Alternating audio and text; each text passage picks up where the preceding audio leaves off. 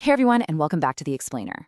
Today, we are cracking open a topic that's kind of like the secret sauce of modern computing, GPU memory architecture.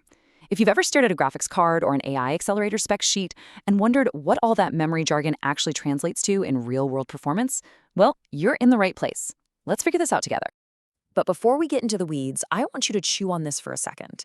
Imagine you've got this absolutely state-of-the-art GPU.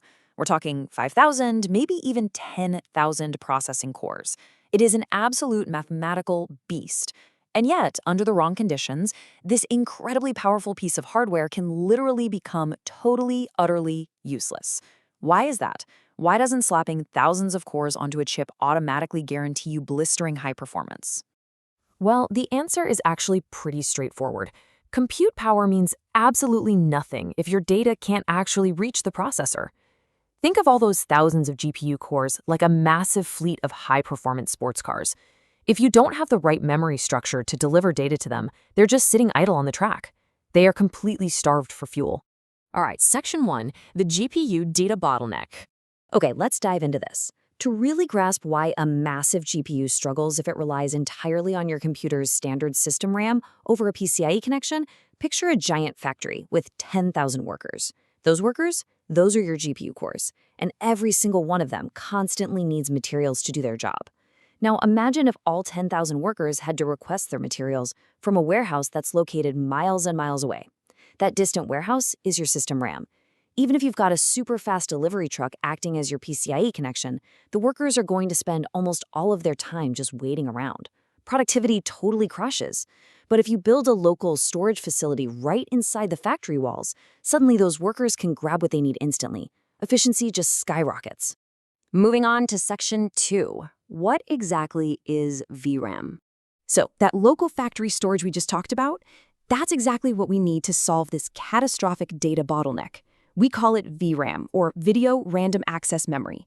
Basically, it's dedicated, incredibly high-speed memory that is physically located right next to the GPU. Its whole reason for existing is to hold on to the data, your textures, your images, your AI model weights, that the GPU needs right at that exact millisecond. Physical proximity to the processor is absolutely the key here. Being right next door is what completely eliminates those annoying PCIe delays we just mentioned.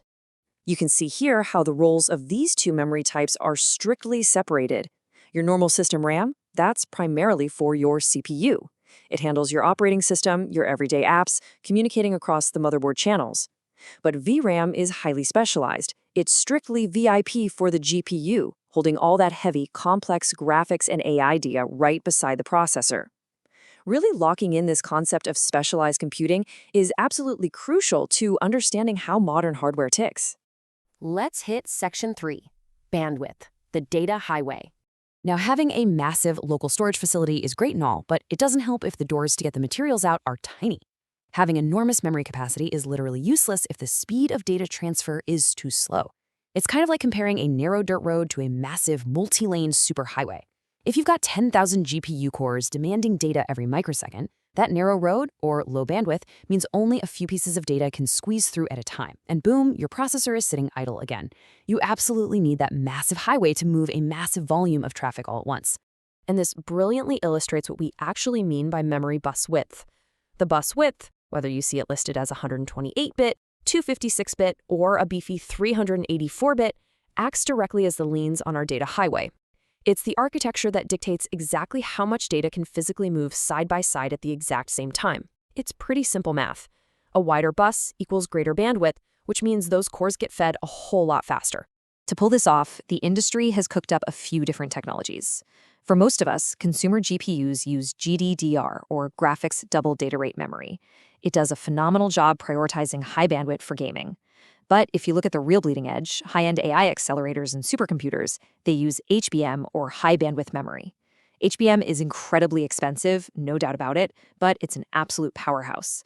It is literally transforming AI infrastructure as we know it. Which brings us to Section 4, gaming, AI, and VRAM. It's wild how VRAM has evolved. It started out primarily for rendering video games, but now it's a mission-critical necessity for AI. Back in the day, VRAM was all about graphics. When your GPU is rendering a game, it's creating images frame by frame. It needs a massive, fast workspace to hold all those 3D models, the textures, the lighting data, all before it ever hits your monitor. That temporary local storage in the VRAM, we call that the frame buffer. Just to wrap your head around the scale of modern gaming, think about a standard 4K display. That is over 8 million individual pixels. Every single one of those pixels has to be calculated and stored in the frame buffer, over and over again, dozens of times a single second. That right there is exactly why high-resolution gaming demands such massive VRAM capacity. But then, artificial intelligence came along and totally changed the game. Look at this number, 20 billion. And we aren't talking about pixels on a screen anymore. That represents the parameters in a typical, relatively standard modern AI model. The GPU has to continuously read and update these billions of neural network rates, attention matrices, and tensors.